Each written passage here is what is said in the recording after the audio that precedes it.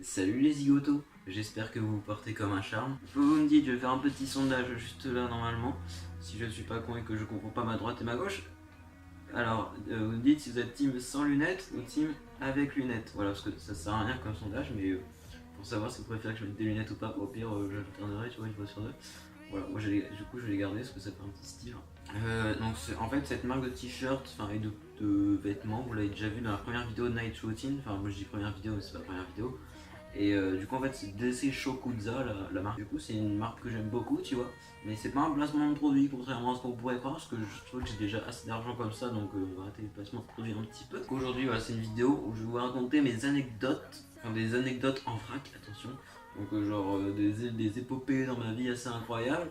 Et c'est parti. Pour la première anecdote ça va peut-être vous sembler un peu nul, mais je vous la raconte quand même. En gros c'était une fois en 6ème, j'avais 9-10 ans, enfin non j'avais 10 ans, octobre 2012, voilà. Et du coup genre en fait genre c'était les toutes premières fois que je prenais le bus tu vois. Et du coup tu vois j'avais mon petit ticket, mon petit ticket parce que c'est encore le ticket, il y avait les cartes passe-passe mais ça arrive après ça.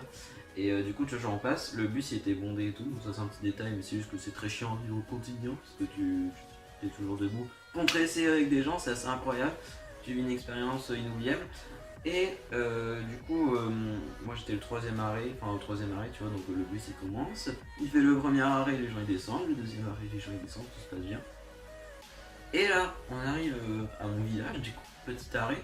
Donc ouais, je vous explique, quand t'arrives, tu vois, il y a l'arrêt de bus, et moi je suis privilégié. J'ai la chance d'être juste en face de l'arrêt de bus. Voilà, donc c'est une grande chance. Donc j'ai juste à faire 30 mètres pour entrer chez moi, ça c'est génial. Et en fait, d'habitude, les autres fois, et même les autres années, tu vois, genre les chauffeurs de bus, ils s'arrêtent, même si t'appuies pas sur le petit bouton. Tu vois, je mettrai une image, là, le bouton stop, tu vois. Et du coup, là, cette fois, on se dit, mode, bon, c'est pas grave, tu vois, il va s'arrêter. Du coup, il y a personne qui a appuyé. Donc, toujours le bus, il passe comme ça. Et il continue. Et on se dit, et arrêtez-vous, tu vois, du coup, genre, il y a tout le monde. En gros, tu vois, quand on est 15 à descendre là, il y a genre, il y a plein de lycéens et tout comme ça. Arrêtez-vous! Du coup, le gars, il fait, non, vous n'avez pas appuyé sur le bouton. Donc, tant que vous n'avez pas appuyé sur le bouton, moi je continue. Du coup, on a continué super loin. Parce qu'après, après, il n'y a plus de village. Après, tu vois, genre, en fait, on passe les autoroutes. Et après, on arrive dans la grande ville, quoi. Du coup, on a passé au-dessus des autoroutes et tout. Et il nous a descendu un peu plus loin. Mais moi, j'étais ultra paumé. Et du coup, genre, on était à 10 comme ça en mode. Ok. Bah, maintenant, on n'a plus qu'à rentrer. On a pour une demi-heure. Du coup, je commence à suivre les gens et tout. Et voilà, du coup, moi, il faut savoir qu'à l'époque, j'avais ce petit téléphone mobile. Du coup, en moins de deux, je prie à ma maman, je lui envoie un petit message. Je suis bloqué, bon, pas en moins de deux, parce que forcément, c'est des petites touches comme ceci, du coup, ça prend 25 minutes. Voilà, donc du coup, bah, les autres sont partis, vraiment, j'étais en train d'écrire le message, tac, tac, tac, tac, tac, tac, tac. Et en fait, quand je rentrais, tu vois, il y avait ma mère à chaque fois qui appelait, parce que là, elle finissait son travail, tu vois, elle dit Gunnar est bien rentré et tout. Elle appelait ma grand-mère qui en fait habite pas loin de chez nous. Donc moi j'allais chez ma grand-mère, tu vois, elle appelait comme ça. Et là ma grand-mère elle a dit bah non il est pas là, tu vois. Mais en fait du coup bah elle avait vu le bus. Quand tu vois le bus souvent je descends et je passe. Et là elle dit bah non il est pas là. Il est pas là. Voilà, je me trompe, c'est génial. Je suis une fille. Et du coup pendant que je rentre. Moi j'étais en mode c'est super, toute ma famille va paniquer, ils vont croire que je suis mort ou je sais pas quoi, que je suis porté disparu, que j'ai fait une fugue. Scénario totalement impossible. Parce que étant jeune, à 11 ans, j'étais très innocent. Voilà, ça me stresse parce qu'on voit pas mes cheveux en fait. Et du coup, bah, quand je rentre, en fait, du coup, il était 17h20 et je devais être là-bas à 16h40, tu vois. Du coup, il y avait un petit peu de retard. Hein. Et du coup, pour cette deuxième anecdote, là, on était dans les Pyrénées-Orientales, donc département 66, là où il y a Perpignan, tout ça, tout ça. Je mettrai une petite carte juste là, normalement. Parce qu'en fait, là, c'est exprès qu'il y a un grand blanc, comme ça, je peux mettre des images. Pousse en avant! Pousse en avant! Du coup on était dans la montagne, dans une petite randonnée.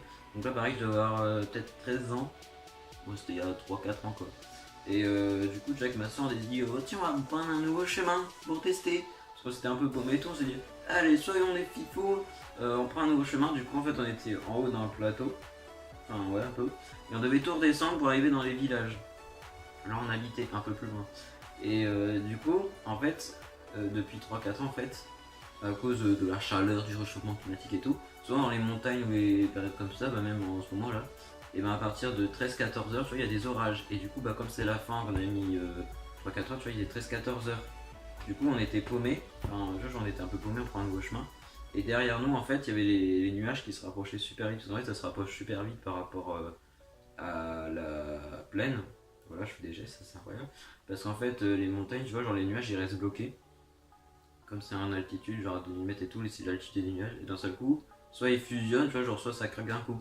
Du coup, bah, on voit l'orage derrière. Donc on commence à faire des prières. Voilà, petite rime riche en hier, notez-le bien. Et également, il y avait des vipères. Voilà, parce qu'en fait, oui, je suis un poète. Pierre-Jacques Baudelaire, poète du XXIe siècle.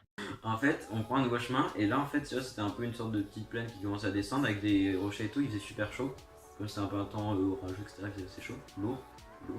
Et du coup, ma soeur elle me dit, il y a des vipères. Je suis en mode, quoi? Du coup, j'ai dit, qu'est-ce qu'il faut faire? Je veux pas mourir empoisonné et tout. Du coup, elle dit, il faut taper dans ses mains. Du coup, on fait un... Tout le monde. Ouais, non, j'ai pas fait ça, j'étais comme ça. Ah, putain, j'ai peur. Et voilà.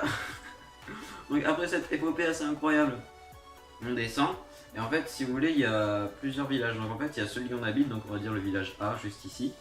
Le village B, où on devait arriver, tu vois. Ah non, en gros, il y a un village A, B. Et donc, ceux-là, tu vois, genre, c'est ceux sur la route et tout. Et nous, on devait arriver au village C. Et après, il y avait deux autres villages un peu plus loin. Donc nous on devait arriver au village C comme ça. Donc en fait on prend un tournant et on voit tous les villages. Et du coup après il reste le village D et E on va dire, parce que voilà je vais pas les nommer.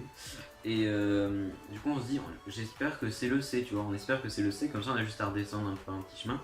On arrive et là le mec de ma soeur nous reprenait, on repartait, tu vois, parce que c'est assez loin quand même. Et du coup tu vois, genre on commence à prendre le tournant, on se dit bah merde, il est où le village C, tu vois. Et en fait il était super loin là-bas. Et du coup on se dit bah peut-être qu'en bas c'est au moins le village D, tu vois, parce que faut pas être hyper loin non plus. Enfin, genre village C et D, tu vois, c'était pas encore trop loin. Et en fait, on descend comme ça, et là on voit le village E.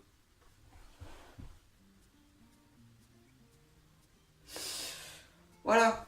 Du coup, village E, bah on se dit bah super. En gros, on a encore 1 heure de route, on va le faire en courant. Et comme c'est la montagne et qu'on a pris un nouveau chemin, il y avait une chance sur 3 qu'on finisse sur un abrupt. Donc en gros, tu vois, genre en gros, genre au lieu de faire comme ça, des petits chemins, tu descends comme ça. Et ben s'il n'y avait pas de chemin, que c'était une sorte de falaise un peu, et ben tu faisais... Et du coup on avait peur de tomber sur ça, donc on faisait hyper gaffe et tout. Et du coup j'ai eu la peur de ma vie, je me suis dit, j'espère que je vais sortir vivant de ce truc là, mais j'ai un peu peur quand même. Merci ma soeur de me faire vivre des trucs comme ça. Et voilà, du coup finalement on a survécu, sinon je serais pas là pour vous raconter cette histoire. Et du coup entre l'orage derrière, les vipères, tout ça, j'ai vraiment eu peur, donc je continue à faire mes clubs, hein, pendant une demi-heure j'ai fait mes clubs. Après en plus on était fatigué, il faisait super chaud comme je disais tout à l'heure. Donc c'était vraiment une épopée incroyable, ça a marqué mes vacances. Enfin, c'était un truc de ouf. Voilà, donc en fait il faut savoir que je suis dans un ensemble scolaire, donc genre, ça fait école primaire, collège, lycée. Donc là j'étais dans le lycée, c'était dans le même établissement que le collège, mais j'étais pas là à l'école primaire, mais ça on s'en fout. Et du coup en fait il faut savoir qu'il y a un mur d'escalade. Donc ça veut dire que je m'en suis tapé en 5ème, 3ème, première. Ça fait 3 ans que j'en fais.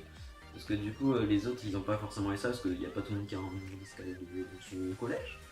Du coup bah 5ème, j'ai eu 6, attends je vous dis juste mes notes pour que vous imprégniez de mon niveau en escalade. J'ai eu 6 sur 20 parce que je savais pas faire mon nœud. En fait genre le dernier truc je savais toujours pas faire le nœud pour assurer. Du coup la prof elle m'avait engueulé comme jamais et tout. En gros j'ai toujours eu une note en dessous de la moyenne. Et en première cette année j'ai eu 10 sur 20. Parce qu'en fait j'ai eu tous les points. Attitude, mettre son nœud, parce que j'arrive enfin à faire mon nœud. Et il a quand même fallu 6 ans pour qu'il arrive. Et des trucs comme ça quoi. Mais pour les trucs de montée je suis très nul. Et du coup en 3ème tu vois, genre c'était la dernière séance juste avant l'interrogation. Et la prof me dit, toi, bah t'es con, tu n'as rien fait, tu montes pas, donc tu vas monter devant moi. Donc du coup, genre, en gros, tu vois, genre, en fait, à chaque fois, tu vois, genre, les potes, ils sont assez cool et tout. C'est en mode, allez, tu vois, genre, ils m'encourageaient en bas, voilà, ils disaient, allez, ouais, tu peux le faire, etc. Du coup, je commence à monter là où je fais d'habitude, et là, je m'arrête, tu vois. J'étais comme ça. Donc en fait, là, j'étais un peu comme ça et tout. Et je commençais à trembler. Donc là, j'étais arrivé à mon record, tu vois. Donc c'est genre 1m50 de mètre, et c'est genre un tiers du mur, tu vois. Et du coup genre ça c'est la zone de base où t'as pas besoin d'être assuré, parce que si tu tombes c'est pas haut, du coup t'as pas de risque. Et là il me dit faut aller plus haut. Je lui dis non mais oh, c'est pas possible, c'est pas possible. Du coup moi j'étais en mode non j'irai pas et tout. Et du coup en fait elle a demandé au gars, la prof a demandé au gars en bas, elle a dit tu tires comme un malade comme ça il va monter, il sera obligé de continuer. Du coup j'ai dû continuer. Et au bout d'un moment je me suis arrêté, je me dis bah non je vais tomber, je vais mourir en fait. Du coup en fait tu vois genre j'ai très peur de tomber, glisser, de me faire mal etc. Ouais on me retrouver à l'hôpital. Voilà, donc après cette joie intense, du coup je commence à trembler. Là, alors au début j'étais comme ça, et après, à la fin j'étais comme ça. Ah j'en pouvais plus, je dis non mais arrêtez comme ça. Mais genre j'étais en PLS, hein. Clairement j'étais comme ça là sur le mur, j'en pouvais plus. Et finalement tu vois au bout de 25 minutes elle m'a dit allez redescends, tu vois, mais genre c'était hyper long, genre elle avait vraiment voulu que je continue. Et du coup j'ai vraiment insisté genre pendant 15 minutes pour redescendre tu vois. Mais genre j'ai vraiment eu la peur de ma vie, tu vois, je me suis dit genre même s'il y a 1 million d'euros là-haut, j'y vais pas, hein. C'est mort. Voilà. Du coup c'était assez galère, je déteste ce sport vraiment. Bon du coup j'espère que cette vidéo vous aura plu. Je pense que je ferai un épisode 2 des anecdotes en vrac. Et voilà, parce que je trouve ça assez marrant de raconter des petits épisodes de ma vie comme ça, c'est incroyable. Et enfin voilà quoi, donc je vais voir un petit peu les analytics de la vidéo pour voir si ça vous plaît, etc. Et puis j'en ferai sûrement une plus tard, genre dans un mois peut-être. Mais du coup il faut que je retrouve des anecdotes dans ma mémoire, toi je vais fouiller comme il faut.